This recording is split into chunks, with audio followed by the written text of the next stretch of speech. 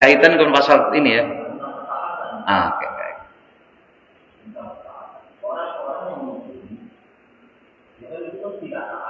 Orang-orang yang? Iya. Iya. Orang-orang yang mencuri uang rakyat dalam aksi korupsi akan diikat tangannya oleh KPK dan dilemparkan ke dalam penjara.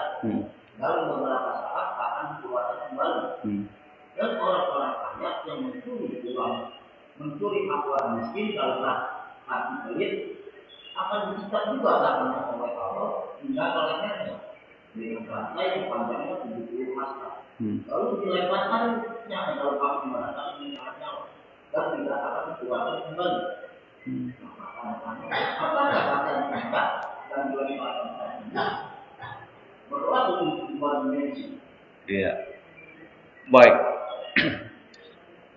Sebenarnya Pak, ketaatan dan keburukan itu berlaku dari dua dimensi dunia dan akhirat. Jangan dikira orang baik itu hanya akan memperoleh saja di sana. Dua dimensi itu tahu Pak? Dunia, akhirat. Ya. Jangan dikira orang yang taat itu hanya akan dia akan mendapatkannya hanya di akhirat saja. Tapi di dunia dia dapat, Pak. Sudah dapat kebaikan-kebaikannya itu. Ya.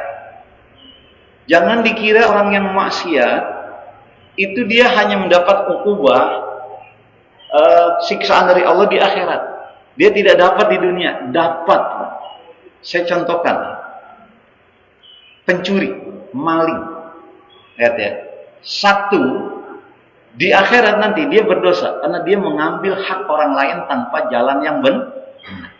Yang kedua, di dunia, perhatikan maling. Dia meskipun dia berhasil mencuri hak orang lain, coba tanya hati orang maling itu. Merasa dia nyaman, tenang, atau gelisah? Gelisahnya takut ketahuan orang lain. Betul? Itu sudah mengandung dua dimensi konsekuensi hukum. Orang taat bukan hanya dijamin di surga nanti. Di dunia orang taat itu Allah katakan orang sholat saja. Sholat itu kalau dilakukan secara baik dan benar itu bisa mencegah orang ini dari perbuatan keji dan mungkar. Lihat. Jadi sholat yang kita lakukan di dunia ini dia bisa jadi filter.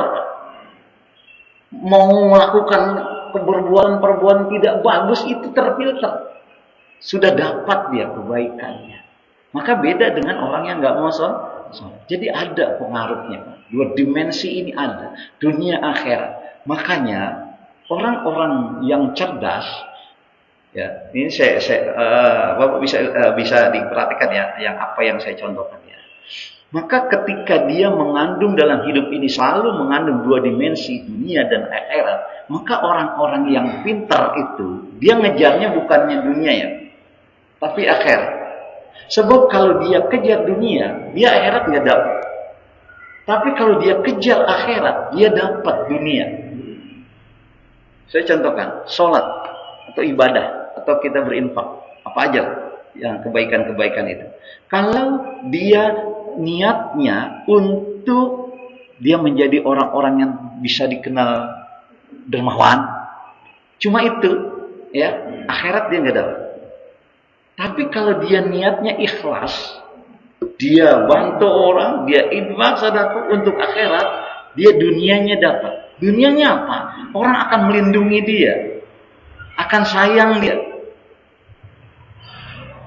Orang kaya yang dermawan itu lebih disayangi oleh orang miskin daripada orang kaya yang pelit. Betul?